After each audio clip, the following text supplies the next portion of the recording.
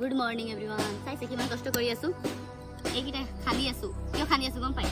কলগছ লগাবৰ কাৰণে। এইটো এটা খান্দিলোঁ, এফালে দেখাই দে। এইটো এটা খান্দিলোঁ, তাৰপাছত ইয়াত খান্দি আছোঁ। আৰু নাই, আৰু আমাৰ মহাৰাজা শুই আছে। তাক কাম নকৰাই আমাৰ মা।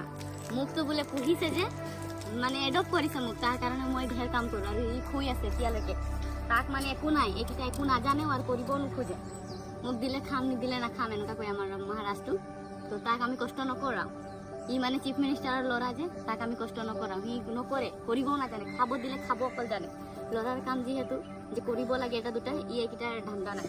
এই চাইছে ৰাতিপুৱাৰ পৰা লাগি আছোঁ, পাছত টাইম নাপাম বুলি এতিয়াই খান্দি আছোঁ। 3টা কলগছ লগাম বুলি ভাবিছোঁ, 2টা খান্দিলোঁ, পাছত আগফালে একটা খান্দিম, হৈ যাব। তো আপোনালোকক দিৱালীৰ শুভেচ্ছা থাকিল আৰু হেপী দিৱালী। আৰু আপোনালোকৰ ফালে যদি মানে মষ্ট ইম্পৰ্টেণ্ট কথা, যদি আপোনালোকৰ ফালে মেলা চেলা হয় মোক ক'ব। কিয়নো দুৰ্গা পূজাটো মোক কোনো নক'লে, মই কমেণ্ট কৰিব বুলি কৈছিলোঁ। ইমান দূৰ দূৰ কমেণ্ট কৰিছে, মানে যাবই নোৱাৰিম এনেকুৱা জেগাত। তাৰপাছত আৰু এতিয়া মানে যিমান দূৰত থাকিলেও মই যাম।